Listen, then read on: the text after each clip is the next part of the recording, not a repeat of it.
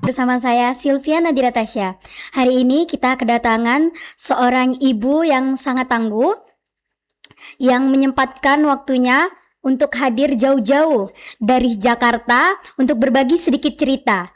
Nah, di sini saya bersama Ibu Gevi Hairunisa. Terima kasih Ibu sudah datang jauh-jauh. Nah, Ibu Gevi, bagaimana kabarnya hari ini? Cukup baik. Iya, tibanya di Palembang ini kapan Ibu? Kemarin jam 11 Jam 11. pagi, siang ya jatuhnya. Nginepnya di mana itu? Ada di rumah keluarga. Oh, di rumah keluarga. Ada hal apa yang membuat Ibu jauh-jauh dari Jakarta itu ke Palembang ini? Kita ada kesepakatan sama bapaknya anak saya. Plannya itu Desember ini anak itu pindah ke beliau, kayak gitu. Ya, pindah pengasuhan karena masuk usia anak sudah 11 tahun, anak butuh sosok ayah. Sementara kan saya sendiri belum menikah lagi setelah berpisah gitu. Memang saya memutuskan nanti dulu gitu. Jadi ya kalau dia sudah menawarkan seperti itu ya kita sih happy aja ya gitu kalau anak-anaknya juga mau gitu. Tapi ternyata kemarin saat dihubungin dengan pihak KPAI adanya terjadi pengingkaran dan penolakan begitu. Berarti perjalanan yang membawa Ibu dari Jakarta ke sini ini bukan masalah yang biasa. Ya, begitu. Sebenarnya antara ikhlas nggak ikhlas sih melepas anak, tapi karena kondisi juga kan. Sekarang ini kan fisik saya itu sedang sakit, ada penurunan lah secara fisik sakit. Dan sakitnya pun menurut saya nggak perlu disebut di sini karena saya tidak butuh mencari simpati gitu kan.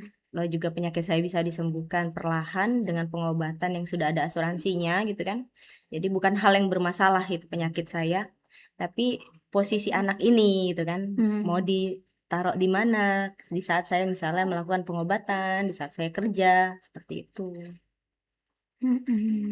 Karena kemarin tuh udah ada kesepakatan pada tanggal 27 Oktober kalau nanti Desember ada penyerahan anak ke beliau sesuai dengan semesteran sekolah anak ya gitu. Agar nggak mengganggu sekolahnya. Dengar-dengar Ibu ada laporan ke Polda Sumsel. Nah, itu terkait laporan itu terkait apa, Bu?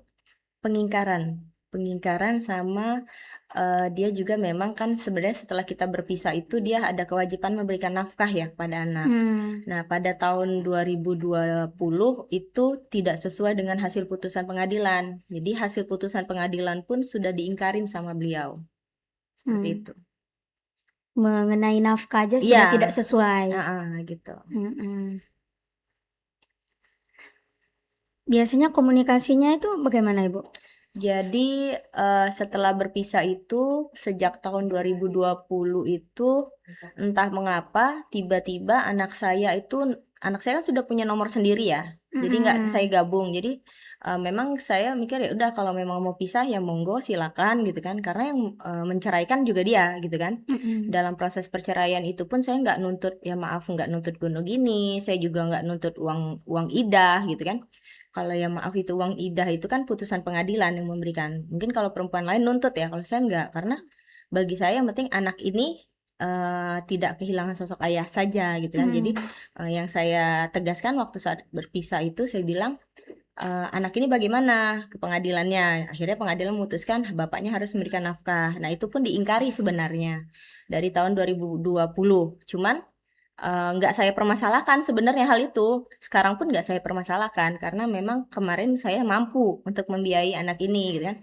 Nah tapi sekarang kondisi fisik saya ini ada penurunan dan tidak perlu dibahas di sini penyakitnya apa karena saya tidak mencari simpati. Jadi cukup menurut saya itu cukup tim pengacara saya yang tahu, juga KPAI kan kemarin terlibat kan. KPAI tahu dan juga penyidik di Polda ya tadi juga tahu gitu kan. Jadi biarkanlah hukum gitu lah yang cukup tahu segalanya.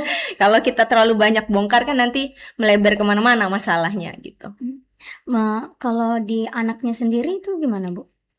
Kalau anaknya sih ya karena dia sudah usia 10 tahun dan memang dia merindukan sosok ayah ya. dan saya pun belum menikah lagi gitu. Bukan berarti saya belum move on. Memang saya belum bertemu dengan yang pas dan tepat menurut saya gitu. Ya mungkin karena apa ya?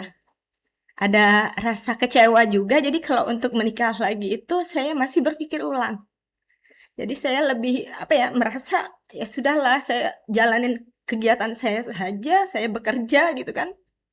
Menurut saya itu udah cukup gitu. Jadi ya mungkin kelemahan saya tidak bisa menghadirkan sosok ayah yang baru kan. Ya di mana anak ini butuh sosok ayah, ya mau tidak mau kembali ke ayahnya kan. Ya saya ikhlas gitu, walaupun di awal eh, dia menyaratkan boleh misalnya anak di dia gitu kan. Awalnya dia bilang gitu harus putus hubungan sama saya. Walaupun anak itu sudah 10 tahun di tangan saya. Tapi akhirnya anaknya sendiri yang bersikeras itu tidak mau seperti itu. Anaknya maunya per setahun sekali itu berjumpa dengan saya. Akhirnya disepakati kemarin dengan KPAI kan kayak gitu. Tapi pada kenyataannya hal itu diingkari gitu. Kita udah jauh-jauh, kita datang ke sini mau ngantar anaknya, tidak dibukakan pintu. Gitu. Kemarin yang mengantarkan anak saya itu KPAI kemarin. Kita bersama KPAI. Jadi dari saran KPAI dan juga saran tim pengacara tidak bisa dibiarin, harus dilaporkan karena ini sudah masuk ke penelantaran gitu. Karena kan anak ini butuh sosok ayah juga secara psikologis ya. Karena ya sudah sering dia dengar misalnya dikatain orang anak yatim gitu kan. Karena kan ayahnya nggak pernah muncul dan saya pun belum mampu untuk menghadirkan ayah baru gitu. Sosok ayah itu sangat penting lah buat Iya, anaknya. benar. Nah, di sini kan tadi bilangnya menurut Ibu Gevi, seberapa penting soal kalau nafkah kan tadi kata Ibu Gevi kan kalau itu sudah mampu lah, di sini yang dipermasalahkan karena kondisi fisik Iya, kan. kalau Itu kayak gini loh, mm-mm, nafkah yang kemarin tidak dia bayar yang terhutang mm-mm, selama dari 2020 tidak saya permasalahkan gitu. mm-mm, Tapi tolong jaga anak ini ke depan gitu. mm-mm. Saya tidak akan lepas tangan. Saya ada uang pasti saya bantu. Kayak gitu kalau memang mereka masalahnya uang atau apa gitu kan. Tapi kondisinya saya harus bed rest dulu, memulihkan fisik saya gitu. Dan nggak semua orang harus tahu apa itu jenis penyakitnya kan. Tapi secara hukum legalnya sudah kita serahkan gitu. Ada di KPAI sama kemarin kita di penyidikan gitu. Alasan dari ayahnya tidak menemui anaknya itu apa kemarin, Bu? Kalau kemarin sih dia bilang sama pihak KPAI sama Pak Ebon kemarin yang pendampingan kita wakil Mm-mm. KPAI Sumsel, dia bilang bersedia menerima. Sudah sampai sebatas itu, sudah by WA. Ketika kita datangi, tiba-tiba dia menghilang tanpa memberikan penjelasan. Jadi kami tidak tahu apa alasannya. Tapi memang baru kali itu mau bertemu. Enggak, jadi sebelum kita di KPAI Pak Ebon itu kan Pak Ebon kan dari seminggu yang lalu ya. Nah, kalau kita sudah menemui dia di kantornya di lapas apa ya? Bukan lapas, Rutan Manggala. Dia kan Karutan di sana. Kita ke sana bersama tim pengacara menemui dia. Ketika menemui dia bilang oke, pengacara disuruh buat surat bahwa nanti anak akan diambil itu bulan Desember sama dia. Kayak gitu, dengan surat yang sudah disepakati. Kayak gitu kan, tapi ternyata hal itu diingkari juga sampai akhirnya KPAI turun kan gitu. Membantu untuk mendampingi, ternyata ditolak juga. Akhirnya ya kita buat laporan. Sebenarnya kita tidak mau ribut-ribut. Karena sudah pisah ya sudah, tanggung jawab saja apa yang harus kita pertanggungjawabkan. Seperti itu. Mengenai laporan, apakah Ibu bersama kuasa hukum? Ya, saya didampingi kuasa hukum dan wakil ketua KPAI Sumsel pada saat itu. Maka dari itu boleh kita hadirkan kuasa Oh, hukumnya? boleh sangat. Ya. Baik, selamat datang untuk Ibu kuasa hukum kita, Ibu Mardiana SHMH CPL. Ya, terima kasih atas waktu dan tempat yang telah diberikan kepada kami. Baik, sedikit ke persoalan hukum. Mengenai persoalan ini seperti apa? Ya, kalau kita lihat dari perspektif hukum, ya pasti ini sudah melanggar hukum ya. Kalau sudah melanggar hukum itu pastinya sudah melanggar semuanya ya, dari tanggung jawab sebagai ayah, tanggung jawab sebagai public figure terhadap anaknya begitu. Sebelum memutuskan untuk melalui jalur hukum ini, apakah sebelumnya sudah ada komunikasi di awal atau mediasi? Sudah, bahkan kami sendiri yang turun dari Palembang ke Lampung Tengah itu kira-kira di 27 bulan ya. Oktober. Ya, di akhir bulan Oktober 2025, saya sendiri dan tim waktu itu langsung ke Rutan Manggala. Dan pada saat itu ya memang agak sedikit alot ya, karena saya rasa tidak layak dan tidak pantas lah seorang ayah yang notabene itu orang yang paling nomor satu di dalam hubungan darah itu ya, itu sangat keberatan atas kehadiran anak sendiri. Gitu. Kami sangat kecewa waktu itu. Sehingga ada penolakan dan ya ada apalah yang dibuat kami itu kecewa, itu ada argumentasi yang di depan anak seperti itu. Saya juga marah waktu itu kepada, ya saya rasa tidak layak lah seorang kepala rumah tangga, seorang ayah yang sebagai pemimpin di Kalapas waktu itu seperti itu tindakannya, Mak. Saya sangat kecewa gitu. Apa hal yang menjadi pertimbangan maka jadilah dilaporkan ke hukum ini? Pertimbangannya sebenarnya kita dari Agustus ya, ini klien kita ini sudah berbicara seperti apa sih proses hukum ke depannya. Saya sampaikan bahwasanya ayo kita secara persuasif dulu lah. Kenapa? Ini yang kita permasalahkan bukan siapa. Ini adalah bapak kandung dari anak kita gitu. Terus kalau kita anggaplah kita ini kejam gitu, tidak harus langsung main hukum gitu ya. Ayo kita ke sana, aku bilang gitu. Dia setuju dan kita tentukan waktu. Akhirnya kami ke sana dan di awal itu udah ada penolakan. Bahkan saya rasa dia kan pemimpin nomor satu di situ.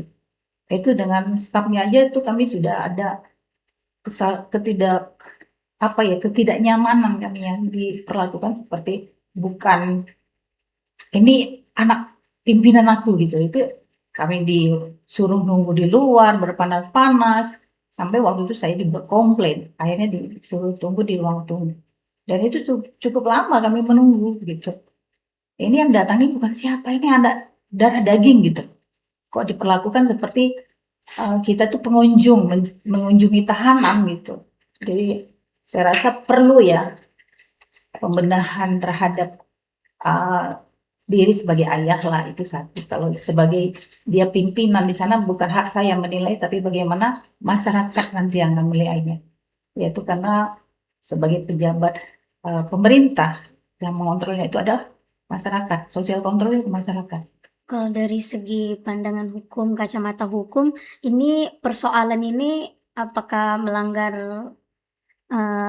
undang-undang pasal berapa gitu? Oh iya, kemarin kita sudah koordinasi ya kepada pihak PAI, PPA, Unit Polda, kita masukkan di pasal tentang perlindungan anak ya, sebagaimana di pasal 76B Undang-Undang 35 dari 2014 junto 77B Undang-Undang Nomor 35 Tahun 2014.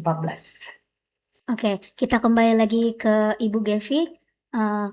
Untuk Ibu Gevi, harapan ke depannya untuk hal ini bagaimana, Bu?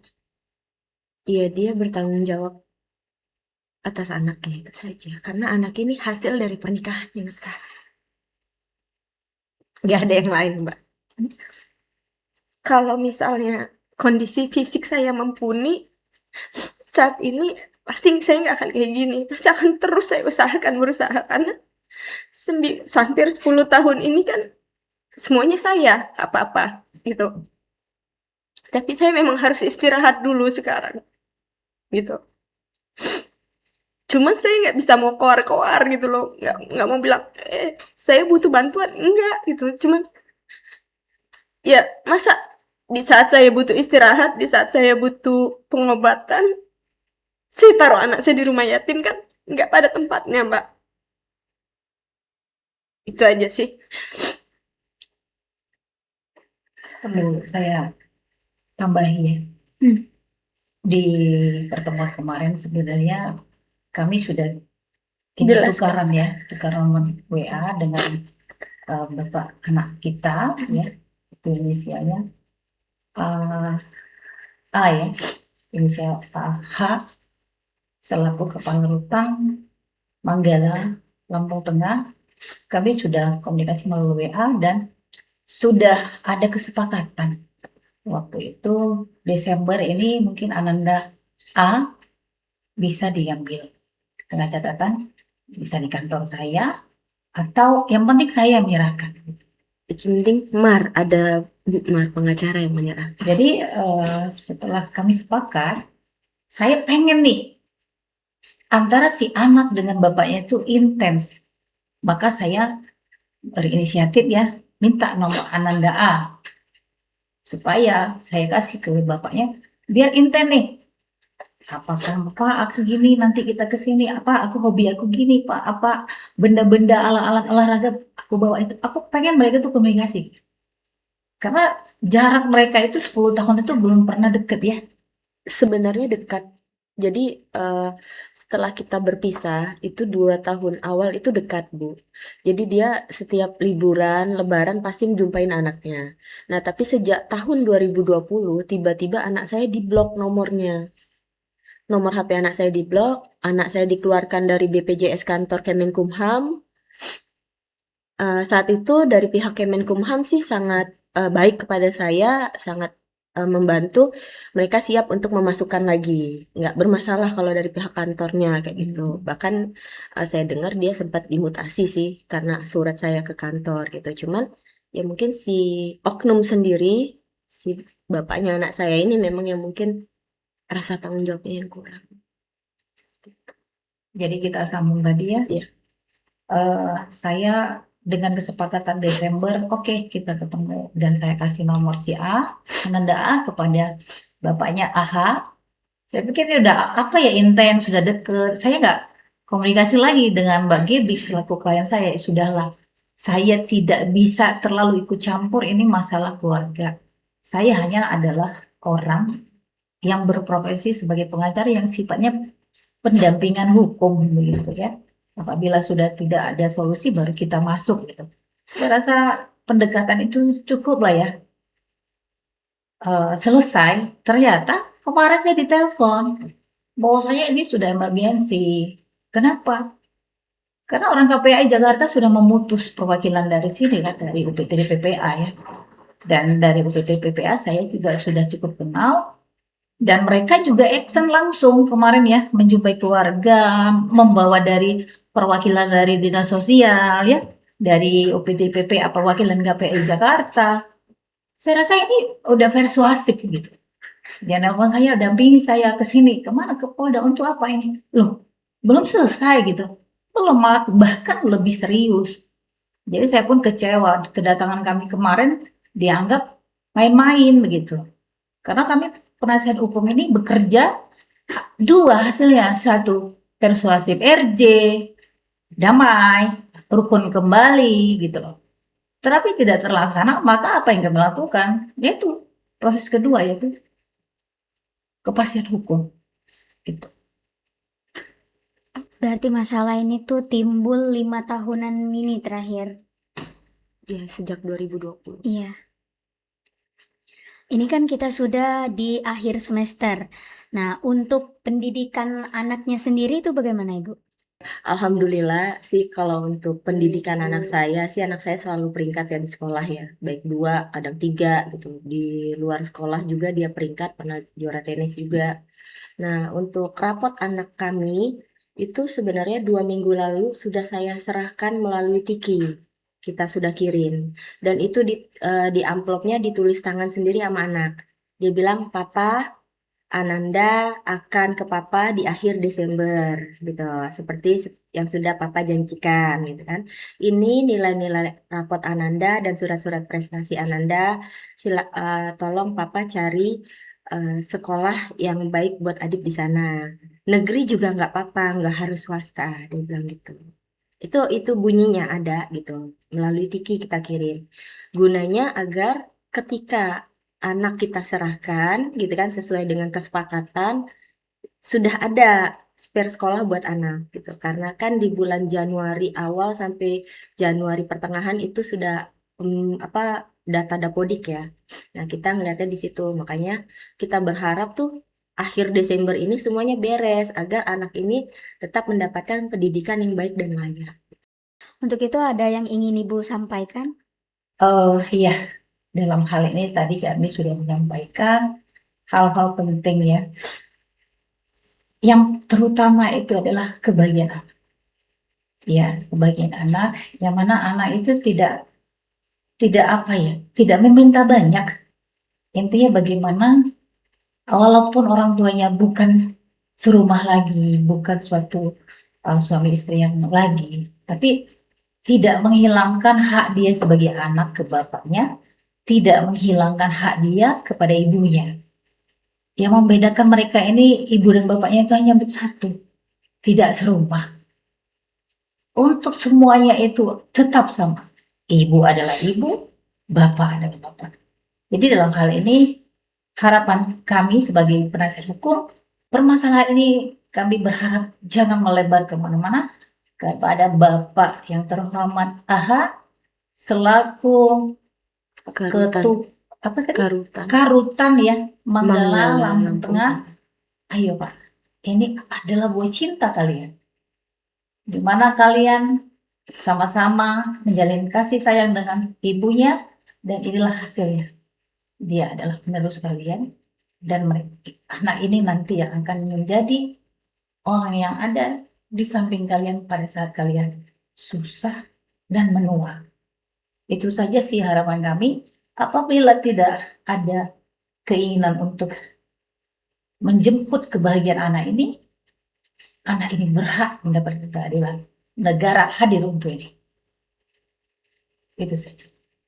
Mungkin itu saja Ibu Gevi obrolan kita hari ini. Untuk saya ucapkan terima kasih untuk Ibu Gevi bersama dengan kuasa hukumnya. Saya Sylvia Nadira Tasya pamit undur diri. Sahabat Detik Sumsel, terima kasih sudah menonton. Kembali lagi di episode selanjutnya. Iya.